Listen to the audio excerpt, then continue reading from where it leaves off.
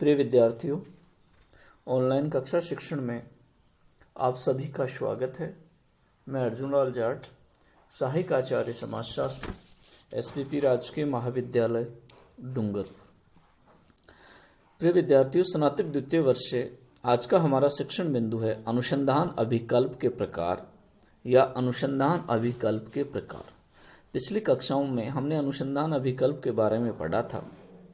आज हम जानेंगे कि अनुसंधान अभिकल्प का किस प्रकार से वर्गीकरण किया जा सकता है या इसके प्रकार क्या हैं। अनेक विद्वानों ने अनुसंधान अभिकल्प के अलग अलग प्रकार बताए।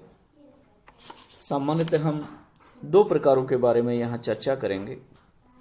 पहला प्रकार है उद्देश्य के आधार पर।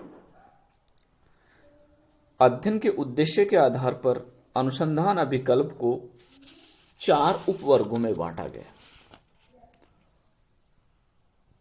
अर्थात अध्ययन का उद्देश्य क्या है, इसके आधार पर अनुसंधान अभिकल्प के 4 प्रकार बताएं। पहला है अन्वेषणात्मक अनुसंधान अभिकल्प। अन्वेषणात्मक अनुसंधान अभिकल्प का संबंध है नवीन तथ्यों की खोज से। इस प्रकार के अभिकल्प में अज्ञात तथ्यों की खोज और सीमित ज्ञान के बारे में विस्तृत ज्ञान की खोज कर मानवीय ज्ञान में वृद्धि की जाती है। अन्वेषणात्मक अनुसंधान अभिकल्पों का उद्देश्य उपकल्पनाओं को विकसित करने और समस्याओं के निर्माण में संक्षिप्त अनुसंधानों पर जोर देना है। इसके अतिरिक्त इन अध्ययनों के और भी प्रकार हो सकते हैं। इसके निर्माण में अनुसंधानकर्ता घटना के अध्ययन की जागरूकता पैदा होती है, जो अवधारणाओं की व्याख्या करते हैं और उसके साथ साथ अनुसंधानों को प्रधानता प्रदान करते हैं। अन्वेषणात्मक अनुसंधान का उद्देश्य किसी सामाजिक घटना में अंतर्निहित कारणों को ढूंढ निकालना भी होता है। इन कारणों के ढूंढ निकालने की संबद्ध रूपरेखा को हम अनुसंधान प्ररचना कहते हैं। अनुसंधान की अन्वेषणात्मक अभिकल्प कहते हैं। इस प्रकार से अनुसंधान अभिकल्प का जो अन्वेषणात्मक प्रकार है, उसमें नए तथ्यों की खोज करना और जो प्राप्त ज्ञान है उसका विस्तार करने से संबंधित किया जाता है। इस प्रकार का जो अनुसंधान है, अन्वेषणात्मक अनुसंधान है, इसमें अनुसंधान विषय की जानकारी करना, अनुसंधान की संभावनाओं और क्षेत्र का निर्णय करना, अवधारणाओं का स्पष्टीकरण और नवीन अवधारणाओं की खोज, उपकल्प का निर्माण आदि का कार्य किया जाता है। अन्वेषणात्मक अनुसंधान अभिकल्प की जो पद्धतियों पर यदि हम विचार करें तो इसमें पद्धतियां काम में ली जाएंगी। संबंधित साहित्य का सर्वेक्षण और सिंहावलोकन, रिव्यू ऑफ जो लिटरेचर है या उससे जुड़ा हुआ जो साहित्य है उसका अध्ययन करना, अनुभवी व्यक्तियों के सर्वेक्षण करना और केस स्टडी, एकल विषय अध्ययन को इसमें शामिल किया जाता है। इस प्रकार का अन्वेषणात्मक अनुसंधान अभिकल्प होता है। दूसरा प्रकार है विवरणात्मक या निदानात्मक अनुसंधान अभिकल्प। सामाजिक अनुसंधान में हमें सामान्य नियमों का अन्वेषण करना होता है। उनका विवेचन एवं विशिष्ट परिस्थितियों का निदान खोजना भी हमारा प्रमुख उद्देश्य है।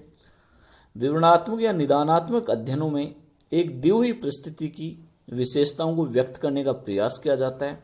अनेक समाज वैज्ञानिक इन दोनों प्रकार में अंतर भी करते हैं। विवरणात्मक और निदानात्मक अध्ययन अभिकल्प में मुख्य अंतर यह है कि निदानात्मक अभिकल्प है वो कारणात्मक संबंध को व्यक्त करने तथा सामाजिक क्रिया के लिए विभिन्न कारणों के आश्रयों का पता लगाने से संबंधित है। इस प्रकार से विवरणात्मक और निदानात्मक अनुसंधान में अंतर भी होता है। विवरणात्मक या निदानात्मक जो अनुसंधान अभिकल्प है, रिसर्च डिजाइन है, इसका उद्देश्य है किसी समूह अथवा परिस्थिति के लक्षणों का परिशुद्ध वर्णन करना। जो समूह है या परिस्थिति है उसके लक्षणों का वर्णन करना। नंबर 2, किसी चर की आवर्ती को निश्चित करना। और नंबर 3, चरों में परस्पर जो साहचर्य है, क्षय संबंध है, उसका पता लगाना।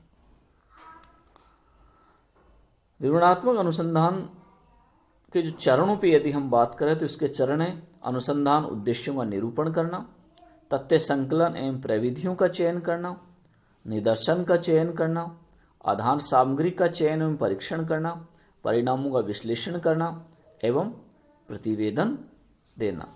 ये सब इन अनुसंधानों में शामिल होते हैं। उद्देश्य के आधार पर हमारा तीसरा प्रकार का जो वर्गीकरण था वह है प्रयोगात्मक अनुसंधान अभिकल्प। प्रयोगात्मक अनुसंधान अभिकल्प, जैसे कि नाम से ही हमें पता चल रहा है कि इसमें एक्सपेरिमेंट होता है, प्रयोग होता है। प्रयोग मूलतः एक प्रकार का नियंत्रित अन्वेषण है।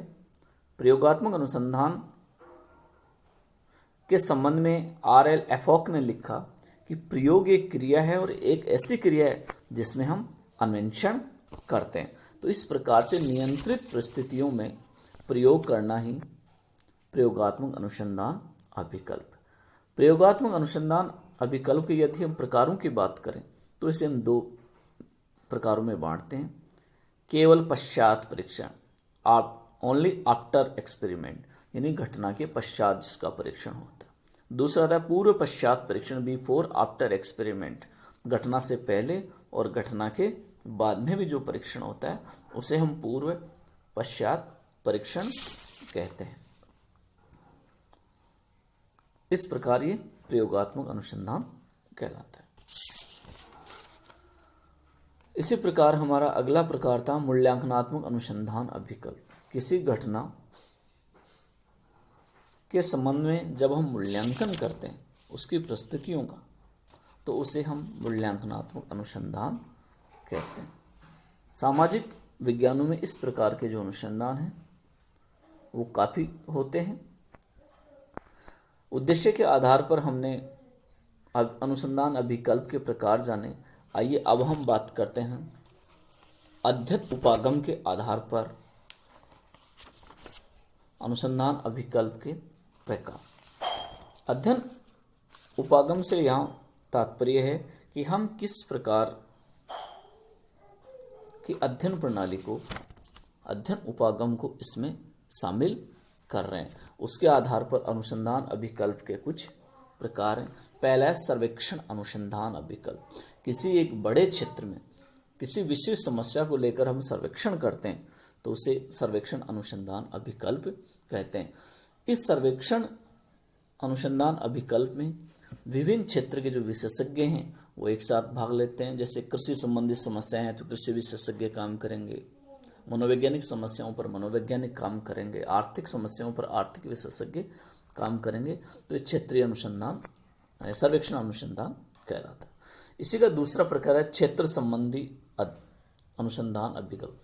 किसी क्षेत्र विशेष की समस्याओं का जब हम अध्ययन करते हैं तो उसे हम क्षेत्र संबंधी अनुसंधान अभिकल्प कहते हैं।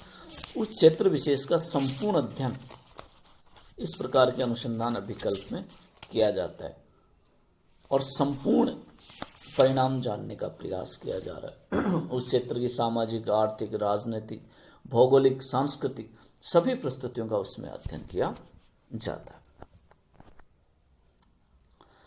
इसी में अगला प्रयोग है प्रयोग संबंधी अनुसंधान अभिकल्प। अभी हम बात कर रहे थे प्रयोगात्मक अनुसंधान अभिकल्प। प्रयोग किसी तथ्य का, किन्हीं घटनाओं का हम एक्सपेरिमेंट करते हैं तो उसे हम प्रयोग संबंधी अनुसंधान कहते हैं। इन प्रयोग संबंधी अनुसंधानों में घटनाओं को नियंत्रित करके उनका प्रयोग किया जाता है। घटनाओं के पहले की स्थिति क्या थी, घटना घटने के बाद की स्थिति क्या बनी, इन सब का प्रयोग कर इसका अध्ययन किया जाता है। अगला ऐतिहासिक अनुसंधान अभिकल्प। ऐतिहासिक या हिस्टोरिकल रिसर्च डिजाइन है। ये ऐतिहासिक विषयों से संबंधित उपयोगी होती है। इतिहास में कौन कौन सी घटनाएं हुई, उन घटनाओं के परिणाम क्या हुए, उन घटनाओं के कारण क्या थे और वर्तमान समाज पर इसका प्रभाव क्या है, इन सब को जानने का प्रयास किया जाता है। इसमें ऐतिहासिक विधि का प्रयोग किया जाता है। ऐतिहासिक जो प्रलेख हैं, ऐतिहासिक जो दस्तावेज हैं, उनका अध्ययन किया जाता है और ऐतिहासिक घटनाओं को एक क्रम में प्रस्तुत किया जाता है। ये ऐतिहासिक अनुसंधान अभिकल्प कहलाता है। नेक्स्ट है वैयक्तिक अध्ययन संबंधी अनुसंधान अभिकल्प। जैसा कि नाम से ही पता है, वैयक्तिक अनुसंधान संबंधी अनुसंधान अभिकल्प एक व्यक्ति विशेष का अध्ययन करने के लिए हम जिस रिसर्च डिजाइन को तैयार करते हैं, हम जिस अनुसंधान अभिकल्प को तैयार करते हैं, उसे वैयक्तिक अध्ययन संबंधी अनुसंधान अभिकल्प कहा जाता है।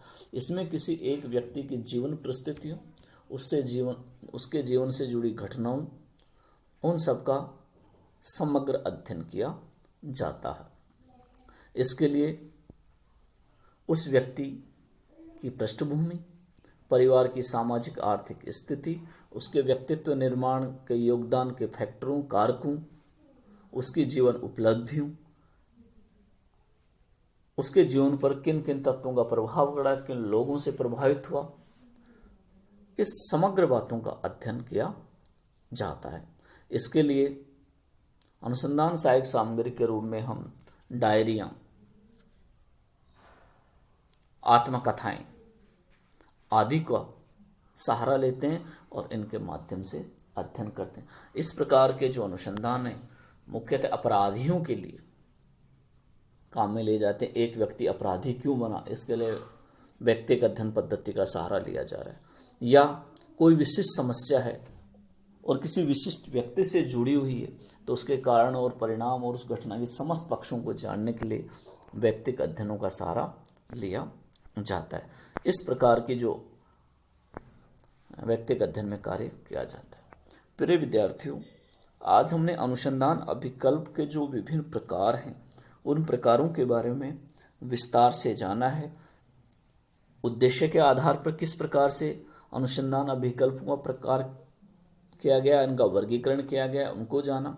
और दूसरा, अध्ययन उपागम के आधार पर अनुसंधान अभिकल्प का जो वर्गीकरण है उसके बारे में हमने जाना। तो निश्चित रूप से आज की ये कक्षा आपको लाभान्वित करने वाली होगी। आपके पाठ्यक्रम में अनुसंधान अभिकल्प का जो पार्ट है उसके आपको ज्ञान में वृद्धि करने में सहायक होगी, ऐसी मैं आशा करता हूँ। आपको धन्यवाद।